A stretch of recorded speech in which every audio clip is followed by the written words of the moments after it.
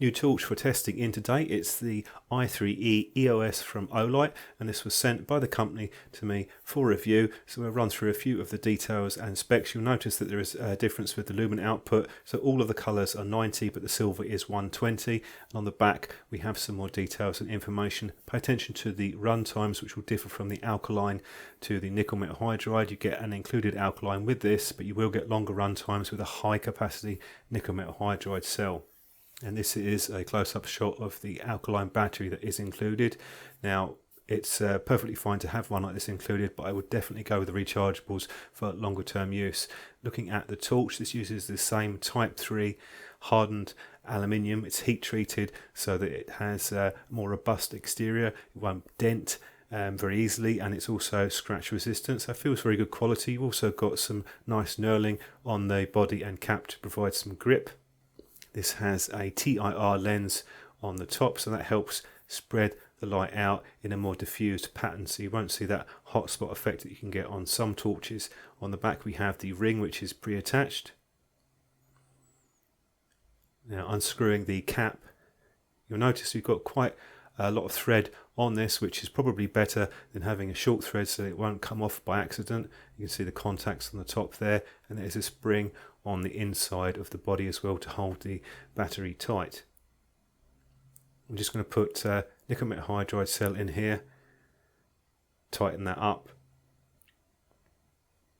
This activates simply by screwing down. You can see the plus sign on the side of the body there, and then it's on, but you can also release it, and if you push it in you could activate the torch as well.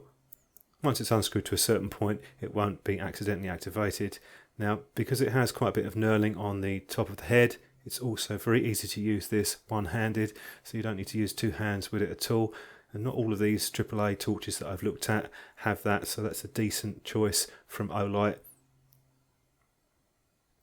Feels very nice in the hand, even though it's a small torch. Now, a quick look at the beam shot. We can see quite a nice diffused light, nice and spread out. It covers most of the frame as well. It's quite a large central area. It's very well diffused. Now, because you've only got one power level with this torch, if you're up close and about 3 foot here, you might find it could be a bit bright for that. But Olight do another model, which I'll be looking at shortly, which has multiple power outputs. Quick test in the water, half an hour, no problems at all, fully waterproof. Now, outside I'm doing my normal beam shots. I'm not going to do the long distance ones because this doesn't have a huge range, but you can see at the end of the garden, about 55 foot, I can still see that wall quite clearly. So the power output's pretty decent from this, even though it's only a single cell AAA. And onto the telephoto, we don't have the power of the bigger torches, but you can easily see this, and it's designed really for an emergency or something like that, or a handy torch to carry with you all the time. Beam pattern up close, about 8 foot, and down the side of the house. There's no problems, it illuminates quite a wide area as well.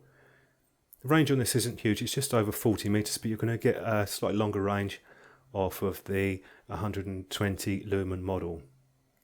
Now, using this, I said it's really for convenience, and when I was using the torch doing a review here, I decided to go down to the shed just to put a few bits away, and yes, it does need a bit of a tidy up, but it's perfectly ideal for this type of activity, where if you were caught out and you needed a torch, this could be one that you could carry with you all the time.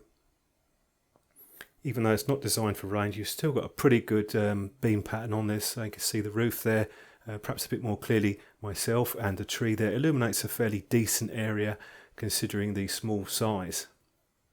So a couple of thoughts overall with the Olight. This is the entry-level model from the company, and it's really designed to be a very simple keychain light. But saying that, you could always use it on something like a lanyard if you didn't want to carry it on your set of keys. You could also keep it in a pocket as well.